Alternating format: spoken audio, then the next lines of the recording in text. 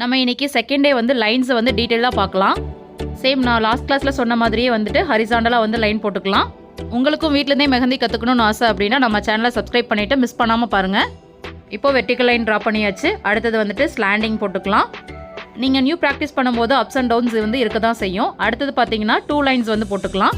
எடுத்ததுமே ஸ்பீடாக ட்ரை பண்ணிங்க அப்படின்னா கொஞ்சம் கொலாப்ஸ் ஆகும். அதனால் வந்து இது வந்து ராங் மெத்தடு. அடுத்த ரைட் மெத்தட் பார்த்தீங்கன்னா கொஞ்சம் ஸ்லோவாக போட்டிங்க அப்படின்னா கரெக்டாக வந்து வரும்.